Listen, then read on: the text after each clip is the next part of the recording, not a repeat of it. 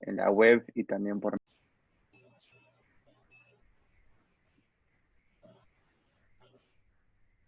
Bienvenidos a un nuevo webinar EIN. Como hemos hablado en semanas anteriores, del COVID-19 ha planteado retos a todas las industrias y negocios, los cuales en su mayoría debieron reinventarse y dar paso agigantado hacia la tecnología. Para hablar de este tema nos acompaña Patricio O'Gorman, quien además estará impartiendo el seminario EIN Transformación Digital en su empresa, métodos para lograrlo, a finales de este mes para las audiencias de estrategia y negocios. Patricio es el autor de Silicon Valley versus Hollywood y coautor de Diginomics, el impacto de la tecnología en los negocios. Es profesor universitario de posgrado de la Universidad de Palermo en Argentina y apasionado investigador de la tecnología y de los negocios. También, para moderar este webinar, me acompaña Daniel Sueras, periodista español radicado en Costa Rica desde 2006, año en el que se ha desarrollado en el periodismo de negocios, editor de Estrategia y Negocios desde 2012, posición que en la actualidad combina con proyectos propios como la dirección de la plataforma multimedia ticaspoderosas.com, un medio desde el que promueven el empoderamiento de la mujer en el país. Si tienen alguna pregunta sobre el webinar que vamos a ver en este momento, deje un comentario y nosotros las trasladaremos a Patricio en la ronda de preguntas. Gracias por acompañarnos y empezamos. Daniel y Patricio, les cedo los micrófonos.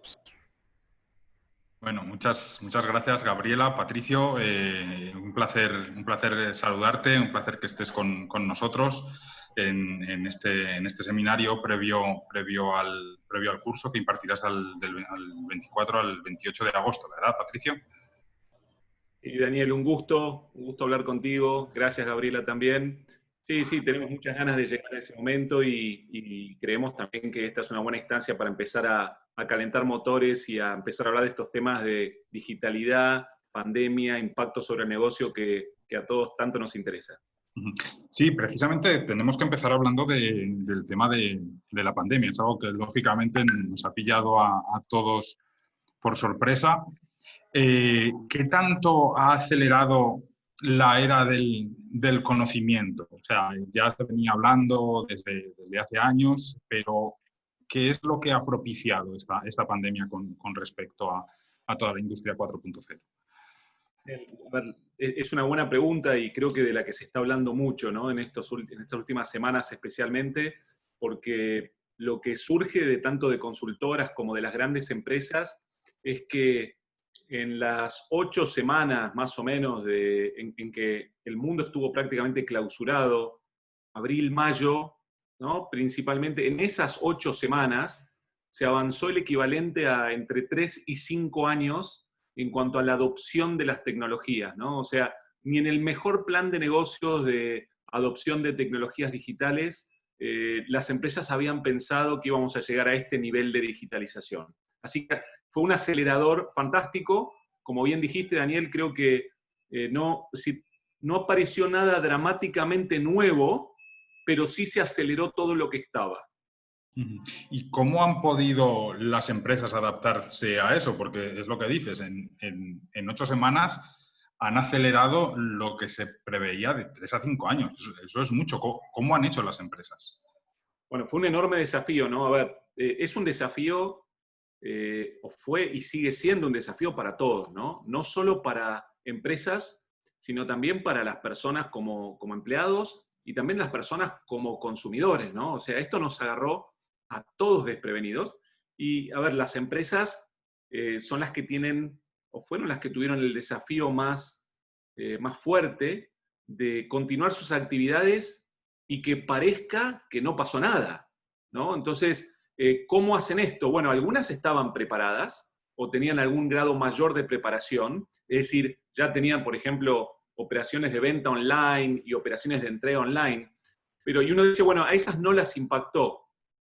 Para nada, o sea, lo que se ha escuchado es que mismo las empresas que estaban ya operando online fueron impactadas porque ninguna está dimensionada para absorber una demanda que puede ser entre 3 y 4 veces más alta que lo que había pensado, ¿no? Así que todas han tenido que adaptarse y vamos a hablar un poco más de esto, ¿no? De en qué fue, ¿sí? Un poco en el seminario a fin de mes vamos a ahondar mucho más sobre esto, es cómo es esa adaptación y de qué manera pueden lograr optimizar esta nueva forma de hacer negocios que tiene que ver más con la colaboración que con la competencia en muchos casos. Ahora mismo has comentado que vamos a ahondar un poquito en esto, pero también has hablado del impacto en el empleado y en el consumidor. ¿Cómo nos ha impactado a ambos, como empleados y como consumidores? ¿Hemos tenido que cambiar, no solo el empleado adaptándose al teletrabajo, el consumidor también ha tenido que cambiar? Sí, el consumidor, es decir, nosotros, casi todos los que viven en las grandes ciudades, digamos, de Latinoamérica, del mundo, tienen cierta costumbre de comprar en lugares conocidos, ¿no? Físicamente, y mucha tienda de cercanía, ¿no? Es decir, recurro a lo conocido, lo que está a distancia cómoda de mi casa, ya sé qué le compro a quién, y no solo en cuanto a comida, sino que si necesito comprar algo, ya tengo identificados los lugares a donde voy a averiguar, más allá que de un research online. Generalmente esa venta luego se concretaba, o muchas veces se concretaba en el offline, ¿no? Todo esto cambió, porque de repente el offline dejó de existir, ¿no? O sea, nos despertamos un día y nos dijeron, no pueden salir más, y si pueden salir, pueden ir solamente a hacer compras esenciales al supermercado, ¿no? En Argentina fue el caso, y en otros países de la región, en Colombia fue muy parecido, en Centroamérica también, es decir, Brasil aún más. Entonces nos encontramos teniendo que redefinir nuestras experiencias como consumidores y volviendo a tener que elegir qué hacer, cómo y dónde, ¿no? Y esto fue un desafío enorme para las personas porque uno digamos, está muy acostumbrado a hacer las cosas de determinada manera y cambiarlas obligadamente y más dentro de una situación de estrés e incertidumbre como plantea esta pandemia, la verdad es que fue difícil, ¿no? Y sigue siendo. Y con respecto a las industrias en sí, ¿cuáles han sido las más impactadas en este cambio?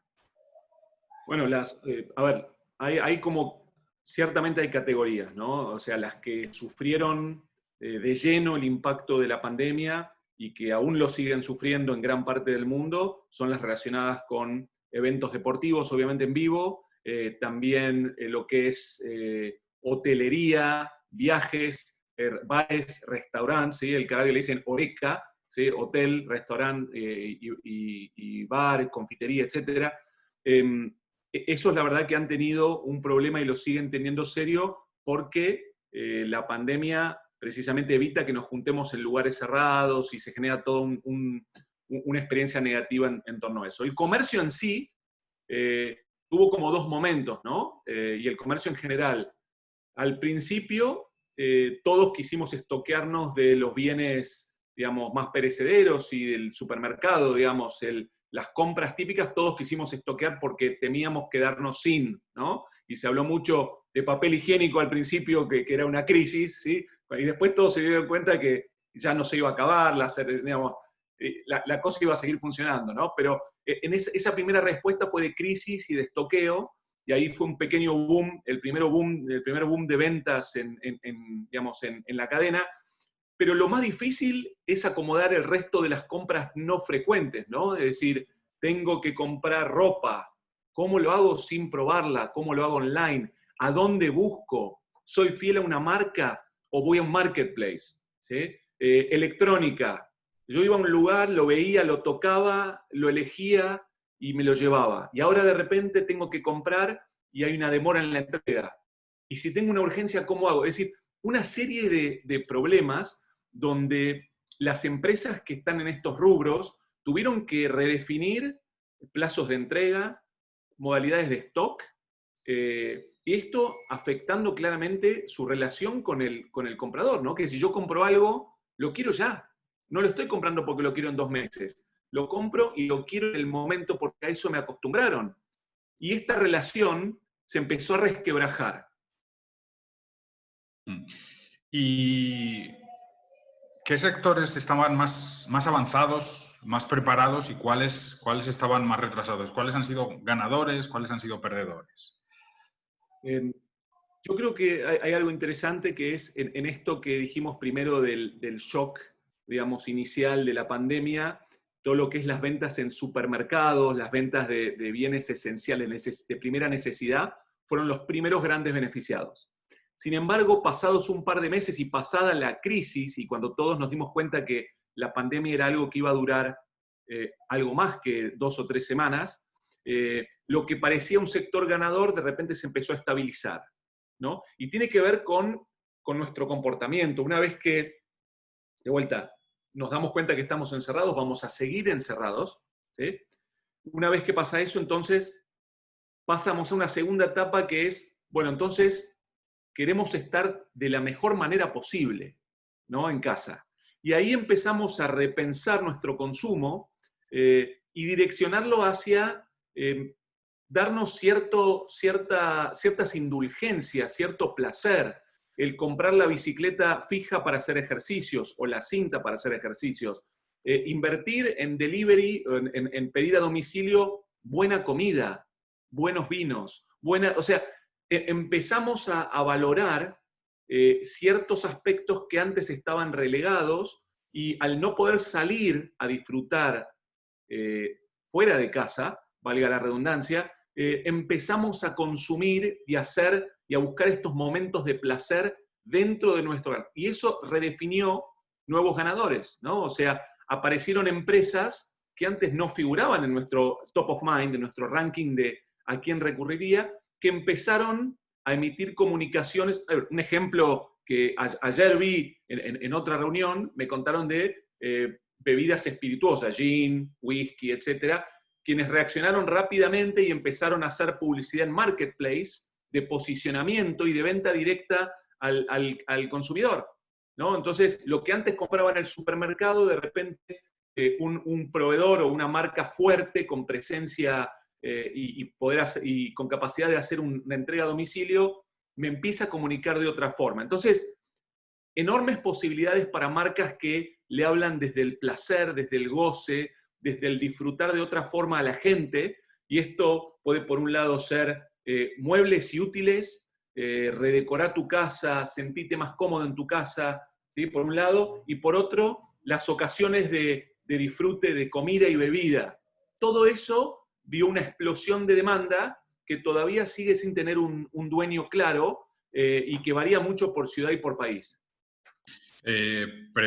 Comentabas precisamente que la manera de consumir está cambiando, ¿no? Y que nos habían acostumbrado a tenerlo todo casi que al minuto y hoy no es posible. ¿Crees que va a haber una ruptura en ese sentido y que nos vamos a volver para atrás a ser un poco más pacientes como consumidores? ¿O eso es algo circunstancial y vamos a seguir exigiendo recibir las cosas al instante? No, es una excelente pregunta, Daniel. Es una excelente pregunta porque habla de nosotros como consumidores, ¿no? Y yo creo que si algo hizo esta pandemia es por ahí hacernos más ansiosos como consumidores, ¿no? O sea, en realidad lo que supuestamente nos pone algunas trabas para entregar nuestras compras a tiempo, pero por falta de stock o por demoras en la entrega, pero nosotros las seguimos queriendo lo antes posible. De hecho, más que antes, creo. O sea, creo que se agravó esa ansiedad, porque lo compré algo y lo quiero para allá. No quiero esperar, porque estoy encerrado en mi casa. Entonces le encuentro un montón de justificaciones a esta mayor ansiedad de querer las cosas en este momento. Entonces, esto es un desafío grande para las marcas y por otro lado para los marketplaces, ¿no? Y creo que hay experiencias muy interesantes que también vamos a ahondar mucho más en el seminario, pero alguna anecdótica podemos comentar ahora, como que mismo los marketplaces tuvieron que invertir de formas creativas en mejor capacidad de entrega.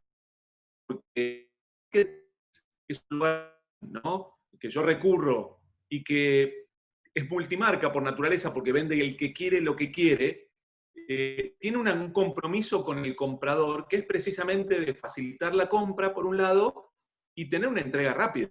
Entonces ellos la verdad es que no tienen mucha excusa. Entonces, reconociendo eso, invirtieron bastante en mejorar la capacidad de entrega porque creen que la capacidad de entregar en un mismo día o a lo sumo al día después genera una lealtad de marca hacia el marketplace, me refiero, y un equity, un brand equity, ¿sí? Una fortaleza, un fortalecimiento frente a la marca individual muy, muy grande. Lo que esto no ha sido solamente en los marketplaces, ¿no? También prácticamente toda empresa que haya querido seguir vendiendo ha tenido que o incluirse dentro de un marketplace o trabajar su servicio de entrega, ¿no? ¿También se le exige tanto a la tienda que no tiene marketplace o ahí somos un poco más relajados? Yo creo que esa tienda tiene, o sea, yo veo 3 niveles, ¿no? de problemática y yo he tenido, por ejemplo, he tenido comprado un teléfono móvil durante la pandemia, lo compré directamente a Samsung, se me avisó que podía haber una demora de hasta 8 días y llegó creo que en un día. ¿Sí? Perfecto. La verdad que sí, un día y medio creo que tardó. Entonces las empresas que ya tenían cierto músculo y cierta, digamos, desarrollado de entrega, de repente no sufrieron demasiado digamos, este cambio. A lo sumo tuvieron que agregar frecuencia o limitar la venta online de algunos ítems por indisponibilidad o por lo que fuere. El segundo nivel, diría, son precisamente como tú decías recién, Daniel, las empresas que tuvieron que decidir qué hacer, si salían a vender online ellas o si iban a un marketplace, ¿no? Y esa es una decisión que por ahí ellos no pensaban vender online y por la pandemia se vieron obligados a hacerlo. Ahora, desarrollar un músculo de venta online y de entrega no es algo fácil y no es algo rápido, ni para una empresa chica, ni para una empresa mediana, ni para una grande. Entonces ahí aparecen las plataformas, ¿no? Y el marketplace es una plataforma que lo que hace es conecta oferta con demanda, y los marketplaces sufrieron no solo un aumento de demanda, sino también muchas empresas que les golpearon la puerta para empezar a vender a través de ellos. El problema del tercer grupo, que es el marketplace, es, por un lado, continuar haciendo el fulfillment, digamos, y la entrega de los bienes a sus usuarios de siempre, y por otro lado, acomodarse a una oferta mucho más grande de las nuevas empresas que se sumaron a la plataforma durante la pandemia, ¿no? Entonces, movimientos muy interesantes que sumaron a otras plataformas a esta discusión. Y doy un ejemplo concreto, el otro día mi hermana, que vive en el exterior, me quería enviar un regalo y me envió una cena, una picada, tenía vino, queso, pan, ¿sí? Muy rico, y me la trajo Uber, ¿sí? Y cuando me tocan el timbre, es timbre, hola, ¿qué tal? Soy Uber, de Uber me dijeron, ¿sí? Entonces, ¿qué pasó? Esta empresa no tenía entrega y de repente decidió sumar a su cadena de valor a otra tercera empresa que también vio su negocio tradicional afectado, como es Uber, porque hay menos gente por la calle, y de repente ahora el principal negocio de Uber en muchas de las ciudades tiene que ver con la entrega de mercadería más que con la entrega de personas o con el transporte de personas. Entonces, creo que eso es lo importante a ver, ¿no? Mucho movimiento entre plataformas, mucha actividad de empresas subiéndose a plataformas, aunque después quizás quieran desarrollar su propio brazo de venta y entrega, y las que ya lo tenían, seguir operando y operar mejor, ¿no? Son como las 3 grandes problemáticas que se vieron. Y con respecto a las principales oportunidades y amenazas para las diferentes industrias, ¿cuáles ves que son? Bueno, esto a mí siempre me gusta pensar, ¿no? Esta palabra tan fuerte, la crisis, ¿no? Que nosotros en Latinoamérica tiene una connotación negativa, ¿no? Para nosotros. Estás en crisis quiere decir que tenés un problema, que no estás pudiendo manejar algo. En Asia, la connotación que tiene no es de problema, sino que es por un lado amenaza y por otro oportunidad, ¿no? Entonces, esta pregunta que haces va directamente asociada a una concepción un poco más amplia de lo que es crisis, ¿no? Y acá lo que vemos es que la pandemia presentó oportunidades para muchas empresas, así como problemáticas para otras, ¿no? O distintas problemáticas. Claramente se vieron afectadas negativamente las empresas que no te habían desarrollado su propia audiencia online, ¿no? Es decir, cuando yo dependo para vender de otro, se me cae encima esta crisis y desaparece un poco mi demanda genuina, mi demanda orgánica, tengo un problema. Porque si yo soy una marca que uso exclusivamente o usaba exclusivamente un marketplace, paso a depender de la performance de ese marketplace, ¿no? Paso a depender de otros para llegar a mi cliente. Y eso, digamos, no es algo demasiado placentero para las marcas, especialmente para marcas fuertes o fuertes del mundo tradicional. ¿Sí? Las fortalezas tradicionales, descubrimos, no se pueden trasladar linealmente al online. ¿Sí? Y así como estas empresas sufrieron de repente, hay otras que se vieron muy beneficiadas. Empresas desconocidas, empresas de segunda o tercera línea, que la gente normalmente no hubiera consumido, encontraron una oportunidad en la pandemia. Primero porque tal vez las primeras marcas se quedaron sin stock. Entonces yo me vi obligado a probar terceras marcas de alimentos, de distintos ítems de compra, quizás de primera necesidad, que no hubiera probado nunca fuera de la pandemia. Porque uno está seteado a ir a buscar siempre lo mismo y quizás no a probar. Bueno, la pandemia le dio una enorme oportunidad a estas otras marcas de ser vistas y de ser probadas. Luego habrá que ver si esa promesa se concreta, ¿no? Si el producto es bueno, si a la gente le gusta, y quizás mismo genere una posibilidad de cambio y de adquirir muchos nuevos clientes en este contexto nuevo, ¿no? Entonces, crisis y amenaza para algunos, quienes no tenían una presencia fija en Internet, ciertamente se plantea un escenario de crisis. Quienes ya la tenían, tienen que revalidarla, y de repente una oportunidad grande para empresas que estaban perdidas, que no tenían visibilidad, no tenían llegada, se les presenta a mí me gusta decirle, se reseteó el mercado, ¿no? Y en este reseteo que propone la pandemia, hay nuevas posibilidades. Y Patricio, ¿qué grandes ejemplos has visto en este sentido, de esas segundas o terceras marcas que se han puesto en primera línea aprovechando este momento? A ver, hay algunos ejemplos concretos que tuvieron que ver con cómo estas marcas buscaron relacionarse con el usuario, ¿no? O con el consumidor. A ver, yo tengo un ejemplo, tengo un amigo aquí de la infancia que tenía un tambo tradicional de la familia, también era una explotación frutihortícola y tambo, y hace unos años empezó a lanzar líneas de jugos, ¿sí? Y pequeños jugos, y también de 1 litro y de 200 mililitros, orientado a chicos, ¿no? O sea, con una marca muy divertida, Babasal se llama, muy divertida, Babasal es la empresa, Tutti es la marca de jugos, y han hecho cosas muy interesantes porque frente a la crisis, y ellos tenían una presencia en supermercados, naciente, no eran ni una primera ni una segunda marca, estaban recién lanzando, empezaron a fortalecer la comunicación vía redes y vía haciendo publicidad en distintos canales. Obviamente no el canal físico de out of home que le decimos de los carteles de la calle porque nadie los ve, pero empezaron a buscar a los clientes proactivamente en redes, ¿sí? Y diciendo, acá estamos nosotros y estamos haciendo nuevos lanzamientos, nuevos sabores. Y de repente una marca que la verdad le era muy difícil competir en un contexto tradicional, vio sus negocios crecer un poco por posicionamiento, pero también haciendo publicidad y vendiendo a través de las plataformas, ¿no? Así que, como creo que hay varios, ¿no? De marcas que aprovecharon para acercarse a sus clientes.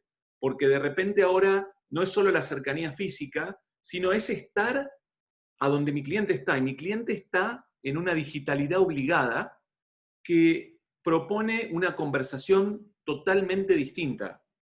Y ahí es donde yo, marca naciente, marca una startup, puedo llegar a saltar unos cuantos escalones en capturar parte de ese posicionamiento mental y llegar a la casa de alguien que me pruebe, ¿no?, el producto. Hace poco publicábamos también en Estrategia y Negocios una columna tuya, Adiós era industrial, hola era del conocimiento. ¿Cuáles apuntas que son las principales diferencias de la economía digital actual, de la era del conocimiento, versus la industria tradicional, versus la economía tradicional? Bien, bien. Sí, es una excelente pregunta la que hace Daniel, y es un tema que a mí particularmente me apasiona, porque me acuerdo cuando era el boom de las .com, que se hablaba muchísimo de la economía de Internet, ¿no? Y se habla de la economía de Internet como una cosa totalmente distinta y con reglas distintas, ¿no? Y yo pasé varios años particularmente intentando entender este fenómeno, y la verdad es que las reglas son las mismas para ambas. No hay una economía digital que se rija por reglas distintas, pero se aplican de manera distinta. Creo que esto es lo interesante, ¿no? Y creo que voy a hacer una gran diferenciación entre los productos físicos, ¿sí?, y los productos digitales, ¿no? Que creo que, y gran parte de mi investigación para el libro de Silicon Valley tiene que ver con los medios que son por naturaleza digitales, ¿no? Entonces, el producto físico es relativamente simple porque no ha cambiado mucho. Lo que ha cambiado o lo que intenta hacer es, si tengo una fábrica o si tengo algún proceso productivo o de distribución, debo buscar optimizarlo lo más que pueda. Es decir, acá el nombre del juego cuando tengo una planta es tener una escala óptima que me permita minimizar mis costos totales, promedio, ¿sí?, produciendo una cantidad tal que me permita absorber adecuadamente mis costos fijos y me genere un margen. No hay demasiado secreto. Se empieza a complicar más cuando en pandemia, de repente, mis canales de venta empiezan a cambiar. Y esto ya lo hablamos hace unos minutos, cuando ahora tengo que empezar a vender a través de canales digitales, que es algo que no conozco como una marca física. Entonces, pero lo que estoy vendiendo es un producto físico que se rige por las mismas reglas que tenía antes de la pandemia. No ha cambiado. Los productos digitales tienen una lógica totalmente distinta, ¿sí? Y la lógica de los productos digitales tiene más que ver con, no con optimizar, sino que voy a usar el verbo maximizar, ¿no? Porque, ¿qué pasa? El producto digital tiene, en general, un costo inicial fijo relativamente grande, alto o no, como puede ser el costo de producir un videojuego, de producir una canción, de grabar una entrevista como esta, pero es un costo de una vez, ¿sí? En casi todos los bienes, de escribir un libro y pasarlo a digital. Es decir, la primer copia es lo que cuenta en lo digital. Pero una vez que filmé la película, llámese Avengers o llámese una película local de cualquiera de nuestros países, ¿sí?, el esfuerzo ya está. Lo que tengo ahora es un bien digital que tiene que encontrar su audiencia. Y ese bien digital, que encima es reproducible a valores muy bajos en nuestro contexto online de hoy, ¿sí?, porque bajarse una copia de internet o descargarlo de algún lado o verlo en streaming es muy económico, tiene que encontrar, entonces, maximizar la audiencia, llegar a la máxima cantidad de gente posible. ¿Para qué? Para que a cambio de determinado pago, ¿sí?, ya sea si es una suscripción o un pago de una vez o lo que fuere, yo logre maximizar mis beneficios. Yo, empresario, yo, dueño del contenido. Mientras que, y acá resalto la diferencia, en un contexto físico, cuando yo produje el auto número 100 y ya el 101 es poco más antieconómico producirlo porque no es la escala óptima, a mí me conviene no producirlo. Mientras que en lo digital no hay límite. Yo lo quiero reproducir y lo quiero esparcir lo máximo que pueda. ¿Para qué? para que se aproveche esa inversión inicial que fue única, ¿sí? Y no se repite en el tiempo. Esta entrevista, esta conversación la hemos grabado, y si la ven 2 millones de personas mañana, pues no genera un costo adicional, salvo el del alojamiento en los servers donde esté, ¿no? Y el consumo de ancho de banda, que es un costo marginal. Pero no lo tenemos que volver a decir mañana para que lo vean 2 millones de personas, ya está hecho. Mientras que un auto que se vendió ayer no se puede volver a vender mañana, hay que fabricarlo de nuevo. ¿Me explico? Es una diferencia fundamental.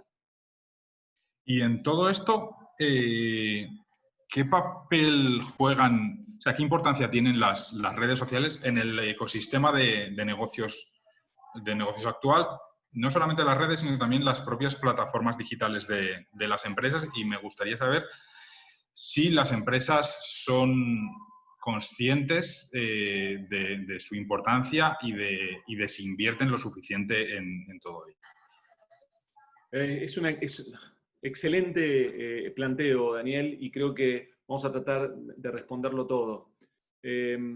Las redes sociales tienen una importancia muy, muy grande, porque eran las dueñas, y digo eran porque estoy hablando antes de la pandemia, y siguen siendo dueñas de gran parte de la audiencia, ¿no? Es decir, el alcance que tienen y lo concentradas que están, es decir, Facebook llega al 60% de la gente que está online a través de sus diversas aplicaciones, ¿no? Porque tiene Facebook, porque tiene Instagram, porque tiene WhatsApp.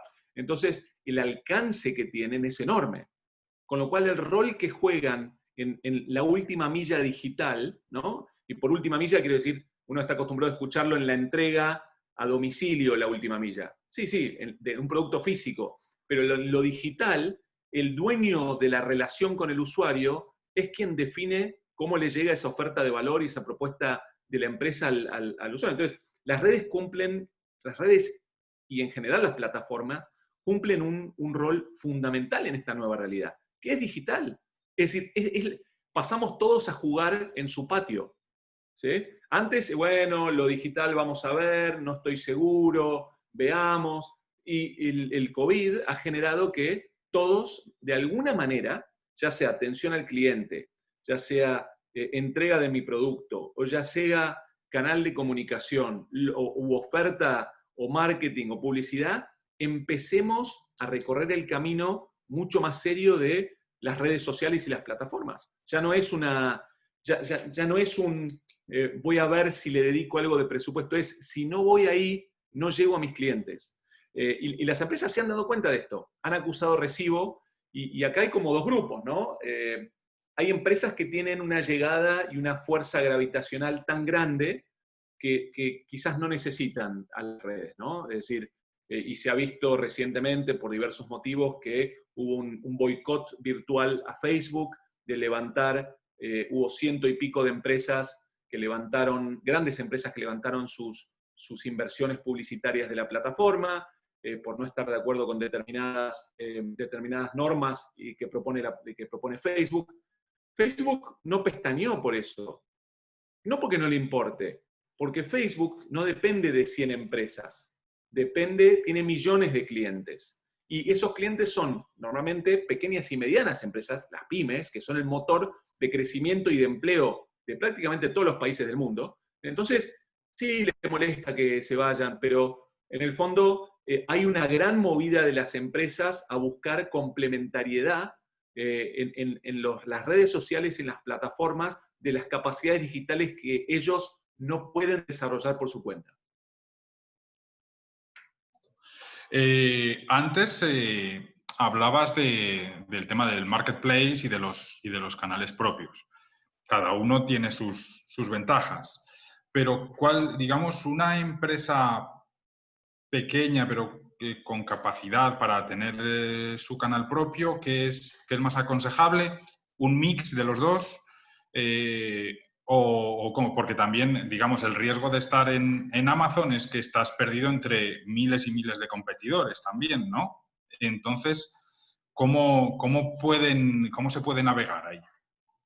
Es un dilema, a ver, esto está en boca de todos hoy, ¿no? O sea, es el gran dilema, no solo en Latinoamérica, sino La semana pasada el Congreso de Estados Unidos, el Judiciary Committee, interpeló a las 4 grandes tecnológicas, a las GAFA, Google, Apple, Facebook y Amazon, y parte de los planteos que se le hicieron a Amazon fueron precisamente en esta dirección que tú comentas, Daniel, que es si las prácticas que realiza hasta cierto punto no son anticompetitivas y si no afectan la innovación, ¿no? Entonces, vamos a tratar de cortar el problema en dos o tres partes. El marketplace me resuelve varios problemas, ¿no? Me resuelve, el más importante es obtener una audiencia. Es decir, si yo no lo obtengo, si yo no tengo una audiencia orgánica propia, es decir, gente que me viene a visitar por motus propio, ¿sí? Entonces tengo que ir a buscarla a otro lado. O la puedo desarrollar, pero desarrollar una audiencia implica gastar pequeñas fortunas, ¿sí? en construcción de marca online, que es algo que si no empecé a hacer antes de la pandemia, ahora está todo muy revuelto. Entonces, una pyme que tiene que resolver rápidamente, porque las pymes tampoco tienen 10 meses para definir o contratar consultores a ver qué le recomiendan, ¿no? Tienen que tomar una decisión porque un mes es una enorme diferencia. Entonces, yo tengo que saber que me subo a un marketplace que me resuelve muchos problemas, especialmente de audiencias, pero que me crea otros, que voy a estar compitiendo con las reglas que impone la plataforma, el marketplace. Y eso es razonable, porque el marketplace tiene que funcionar con ciertas reglas y protocolos que se llaman estándares, que le permite claridad hacia los usuarios y que a todos nos obliga a poner cómo es el producto, cuánto vale, si lo quieres publicitar, qué ofreces de la entrega, si tiene garantía. Entonces, de repente, me obligan a competir con reglas de otro. Ni buenas ni malas, reglas de otro, ¿sí? Si yo tengo mi propia plataforma, o si puedo tener mi propia plataforma, en teoría es que ya tengo resuelto esos temas y yo propuse mi propio botón de compra o con ciertas reglas ya embedidas en mi oferta online, pero entonces significa que ya tengo una audiencia también, o que si no la puedo ir a buscar. Pero si no tengo una audiencia, para resumirlo, ¿no? Mucho, me conviene ir para el lado del marketplace que me resuelve ese principal problema y mientras la puedo intentar seguir construyendo, ¿sí? Y en algún momento migrar a un enfoque híbrido donde tengo mi canal y el del marketplace o solo el mío quizás. ¿Ah? Pero quienes ciertamente es la pregunta de ahora, ¿qué hacer? ¿Sí? Y a ver, la demanda para dar un ejemplo, de Mercado Libre en Latinoamérica, en particular, y el caso de Argentina que conozco un poco mejor, creció en la pandemia entre 2 y 3 veces. ¿Sí? Tuvo una caída inicial, aunque parezca extraño, los primeros 2 días fueron malos, ¿sí? Y se preguntaban qué pasaba, y era en parte porque los consumidores no confiaban que se iba a hacer la entrega a domicilio en los tiempos prometidos. ¿Okay? Una vez que implementaron medidas rápidas para solucionar esta desconfianza, que son los botones de entrega garantizada, te llega hoy, etc. Y de repente la gente volvió a creer, los volúmenes al mes después habían trepado entre 2 y 3 veces el previo a la pandemia. O sea, esto sucedió, no estamos hablando de algo teórico, sino que la demanda en marketplaces ha explotado. ¿Sí? Estás hablando, y ahora todo el mundo hablamos del usuario, no hablamos tanto ya del consumidor. ¿Cuáles son las diferencias? ¿Por qué ha habido ese, no sé si es un cambio, es una evolución? ¿Qué es? Es una especie, creo que de evolución, ¿no? Tiene que ver con que el consumidor ya pasó a ser una entidad online, ¿no? Es decir, antes era una persona que iba y hablaba con otra persona y tenía una conversación y compraba y cerraba una transacción y había, especialmente en lo que es Latinoamérica, que hay muchísimas tiendas de cercanía, ¿no? Donde muchas veces teníamos una relación con el vendedor o las familias se conocían y ahora nos volvemos una entidad. Todos somos una entidad online, ¿sí? Que cumple distintos roles, ¿no? Que quiere entretenerse y ver películas online, o consumir series, o música, o podcast, y por otro lado necesita comprar. Entonces, se ha desdoblado el rol de consumidor y usuario, y especialmente también porque las tecnologías digitales, que son de uno a muchos, también tienen que tomar ciertas simplificaciones para llegar a la gente, ¿no? O sea, esta es la base del producto digital, es asumir que hay ciertos segmentos o ciertos nichos que pueda atender de forma similar, y entonces termino hablando de usuarios, ¿no? De usuarios promedio, de segmentos. En marketing digital, a esto también le dicen a los distintos tipos de segmentos las personas, ¿no? Y la persona representa un perfil concreto, ¿sí? Yo estoy haciendo, para que te des una idea, un proyecto con un banco, y claro, no es lo mismo el jubilado que el joven profesional o que la familia tipo. Y de repente tienen comportamientos absolutamente distintos y variables frente a una misma oferta. Entonces, uno se asusta y no quiere saber nada del otro. Entonces, tengo que abrir mi oferta de valor, llegar con una propuesta diferencial a distintos segmentos de usuarios que encuentre, ¿no? Y a su vez las tecnologías digitales me permiten ir a buscarlos a donde estén, ¿no? Entonces, la publicidad programática lo que hace es ofrece a las marcas perfiles de usuarios. Si ya no es, hago un programa para mujeres de 25 a 50 y creo que lo van a ver, entonces pongo propaganda de shampoo, es al revés. La marca de shampoo va a buscar a esos segmentos y ya no va a buscar a la mujer entre 25 y 50, va a buscar a la mujer casada con mascotas y con hijos, ¿sí? Porque toma un montón de supuestos adicionales, como que no tiene tiempo para comprar, que está apurada y que es demandante, etcétera, que les permiten formar una persona, un usuario tipo mucho más detallado y con una propuesta de valor mucho más acertada. Y se habla mucho de colocar al usuario en el centro, ¿no? En el centro de todo. ¿Cómo se hace eso? ¿Cómo lo pueden hacer las marcas? A ver, de manera, la verdad, es la tarea o la gran misión, diría, previa de cualquier proyecto digital, ¿no? Y esto es uno de los puntos medulares del seminario de fin de mes que vamos a tratar con muchísimo detalle, porque acá hay que entender cómo ese usuario tipo o cómo esa persona, cómo se relaciona con el producto o con el servicio que estoy queriendo vender, ¿no? Entonces, algunas palabras claves, algunas ya muy conocidas, como el Customer Journey, ¿no? Es decir, entender todos los puntos de contacto de ese usuario con la marca, desde el interés hasta la compra y el servicio postventa. Todos los puntos de contacto, evaluarlos, entender a dónde se dan y entender si generan un sentimiento positivo o negativo, ¿no? Entonces, eso me permite tener un mapa del journey del usuario con la marca. A partir de ahí, puedo tomar decisiones sobre si tengo que cambiar mi forma de atención al cliente, si tengo que vender por otros canales, porque tal vez el cliente me ama y la relación se quiebra al momento de la entrega porque tengo demasiada demora. Entonces ahí, fraccionando el relacionamiento del usuario con la marca, me permite separar los problemas en problemas controlables y proponer soluciones concretas.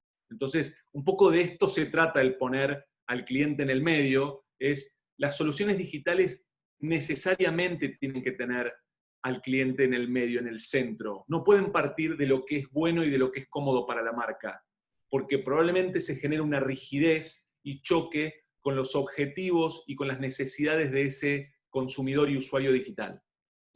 Y para ello deben construir experiencias para el usuario, las empresas, y me gustaría saber cómo deben hacerlo. Bueno, es el gran, de vuelta, Customer Journey creo que es el primer punto. El segundo gran eje tal vez sea esto de, y se lo llama con siglas, ¿no? El CX, el Customer Experience, que está compuesto del User Experience y de la interfaz del usuario. Es decir, sin entrar en las siglas, yo tengo que diseñar y proponer una experiencia para mi cliente. ¿Qué quiero que vea cuando vea mi marca? ¿Qué quiero que encuentre? ¿Qué valores están anclados en mi marca que quiero compartir y expandir con ese usuario. ¿Cómo quiero que me recuerde? ¿Cómo le quiero entregar el producto? ¿Se lo entrego, no me importa cómo, en una caja sin ninguna identificación? ¿O quiero entregarlo? Y un ejemplo que yo recibí la primera vez que pedí por Uber Eats, no me acuerdo de dónde pedí, pero lo que me acuerdo es que me vino en una linda bolsa de Uber. ¿Sí? Decía Uber Eats y había un esfuerzo en posicionar a la marca.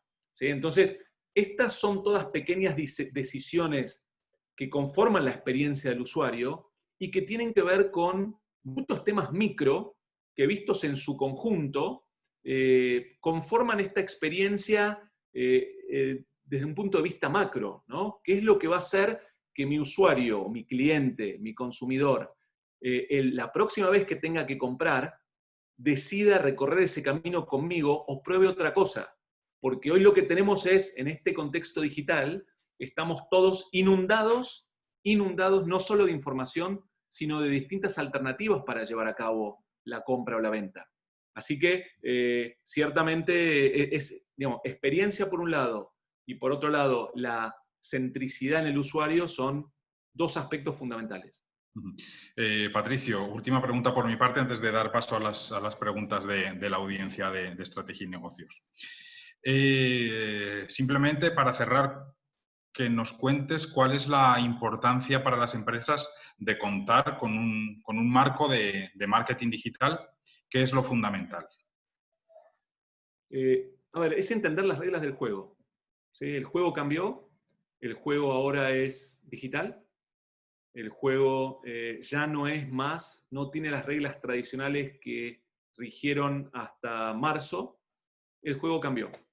Entonces, lo que me permite capacitarme y entender más sobre transformación digital, sobre marketing digital, es poder moverme con mayor fluidez en este nuevo contexto, que está lleno de complejidades y está lleno de aspectos que nunca tuve que investigar.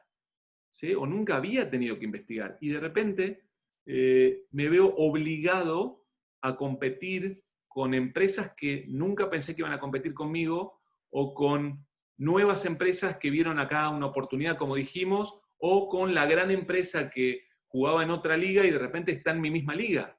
Porque lo digital tiende a aplanar y digamos, a juntar a todos en determinados lugares que hoy son las redes. Y entonces, a veces estoy compitiendo con una marca multinacional y yo soy una marca local, y si no entiendo bien la naturaleza y el proceso de marketing digital, puedo o perder plata por malgastar, o simplemente perder una oportunidad de negocio grande por no poder explotar mi posicionamiento con el cliente. Perfecto, Patricio. Muchísimas gracias por mi parte y doy paso a Gabriela para que te pregunte las dudas que tiene nuestra audiencia. Muchas gracias. Excelente, Daniel. Muchas gracias. Gracias a ambos por este webinar. Esperamos que haya sido de mucha utilidad para nuestras audiencias, sobre todo para aquellos que están poniendo el negocio o están cambiando la manera de hacer negocios en esta pandemia, en la nueva realidad. Pasamos a la ronda de preguntas y agradecemos a las audiencias también que nos han hecho llegar sus dudas, y se las vamos a trasladar a Patricio. Nos dice Rudy Yesenia López desde Facebook: creo que todos los negocios han tenido que ajustar a esa necesidad de lo quiero para ya. Y ha sido interesante ver cómo se han tenido que adaptar. Eso como consumidor se valora. Pero ¿cuál es tu opinión, Patricio? A ver, la ansiedad es difícil de administrar, ¿no? O sea, realmente nos propone a todos un desafío grande. Es decir, estamos encerrados, queremos para todo ya, y yo como marca, ¿cómo hago para cumplir esa expectativa que quizás siempre me deja mal posicionado, ¿no? Es decir, tengo todo para perder, porque como el cliente hizo clic y lo quiere en la próxima media hora, es decir, ve todo como negativo. ¿Sí? Entonces, ahí creo que hay, por un lado, una oportunidad en la comunicación, ¿no? Y en esta experiencia que me pasó a mí, que me dijeron hasta 6 días o 7 días es la entrega y de repente llegan 2, o sea, la verdad que fue positivo. Quizás la política de siempre fue 2 días. Y decidieron comunicar, ampliar el límite para no generar o para mitigar el impacto negativo que puede llegar a tener una demora, ¿no? Y son decisiones que las marcas tienen que tomar de cuál es su promesa de entrega. Y de vuelta, esto puede llegar a ser mismo una decisión para comprar otro producto competidor. Los plazos de entrega. Y se ha visto, estuve en un webinar de marketplaces y precisamente se hablaba de esto.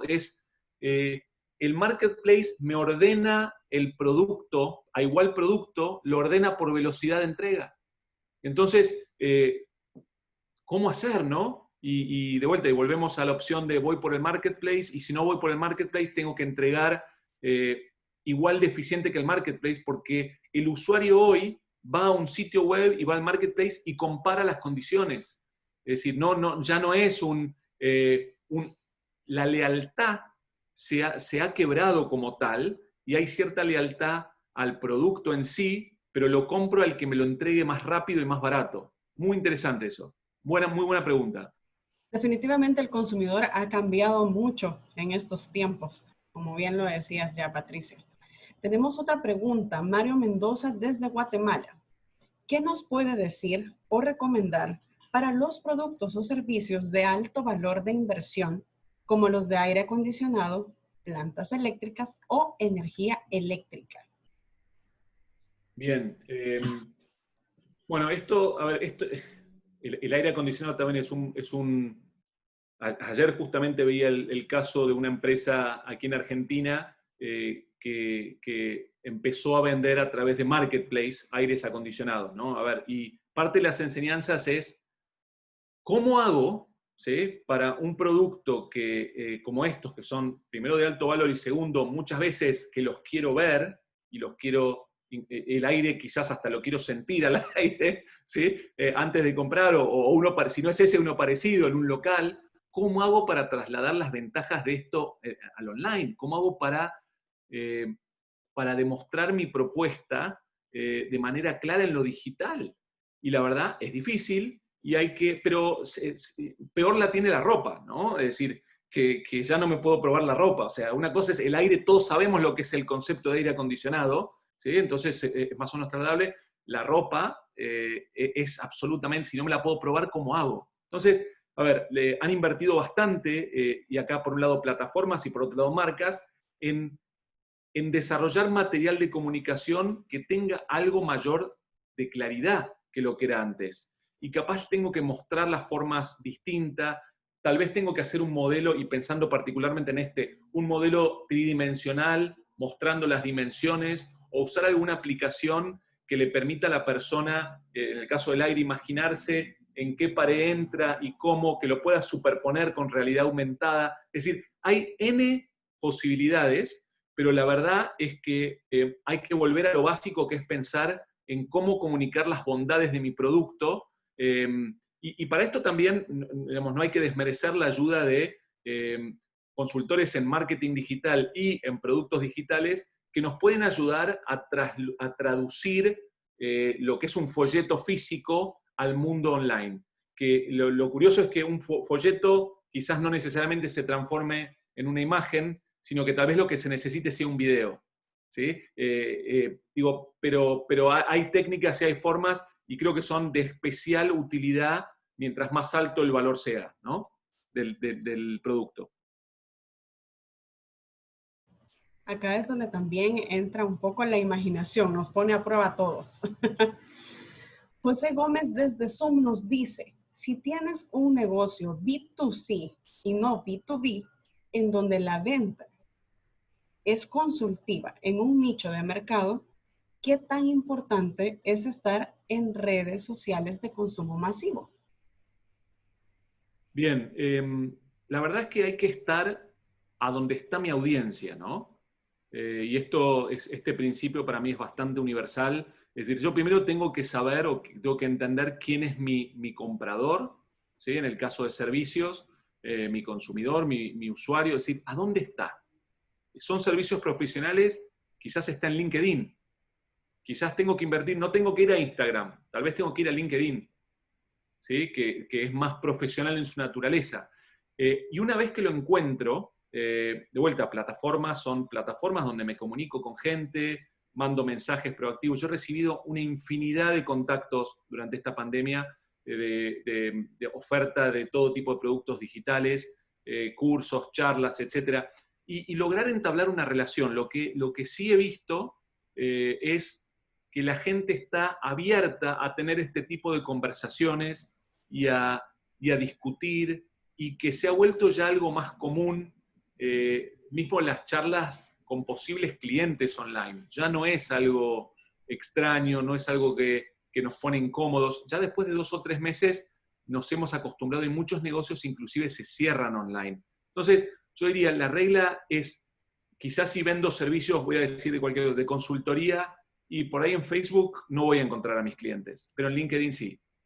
¿Sí? Y contrariamente, si vendo un producto, digamos, de, qué sé yo, vamos a decir algo que se usa mucho en esta pandemia, ya sea pijamas, ¿sí? O algo para estar cómodo en mi casa, y por ahí es más Instagram y Facebook que LinkedIn, claramente, ¿no? Pero primero encontrar a dónde está ese comprador, y después tratar de encontrar la mejor manera de hacerle llegar la propuesta de valor, ya sea a través de recomendaciones de otros usuarios, de manifiestos, de manifestaciones y expresiones de mis clientes, o a través de, si es venta consultiva, a través de una breve conversación 1 a 1, donde uno puede explicar las bondades del servicio.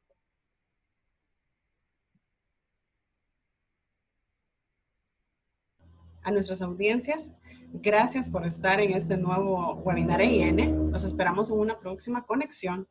Recuerda seguir más noticias en nuestra página web www.estrategianegocios.net. Patricio, te agradecemos a ti por todo este tiempo. Sin duda nos ha sacado muchas dudas, y más que todo a los emprendedores. Pero también queremos despedirnos con una reflexión final y que nos invites a que nos acompañen en nuestro próximo seminario, que será impartido por ti. Muchas gracias, Gaby. Sí, gracias a todos por estar. Fue un placer interactuar, escuchar estas preguntas, poder responderlas. Y sí, a ver, este camino de la digitalidad es un camino que no es fácil.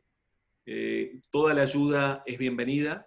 Creo que todo emprendedor también tiene enormes cantidades de desafíos que lidiar. Entonces, lo que vamos a intentar hacer en el seminario a fin de mes, la última semana de agosto, es precisamente ayudar a recorrer este camino, ¿sí? Hablar de casos, de herramientas, de método, de conceptos que por ahí son un poco abstractos para el que no está embedido en la industria, y en concreto ayudar, ¿sí? Ayudar al emprendedor, al empresario, al consumidor a entender esta nueva realidad digital y poder estar mejor preparado para efectuar cambios en su negocio o entender mejor el panorama para lanzar el propio.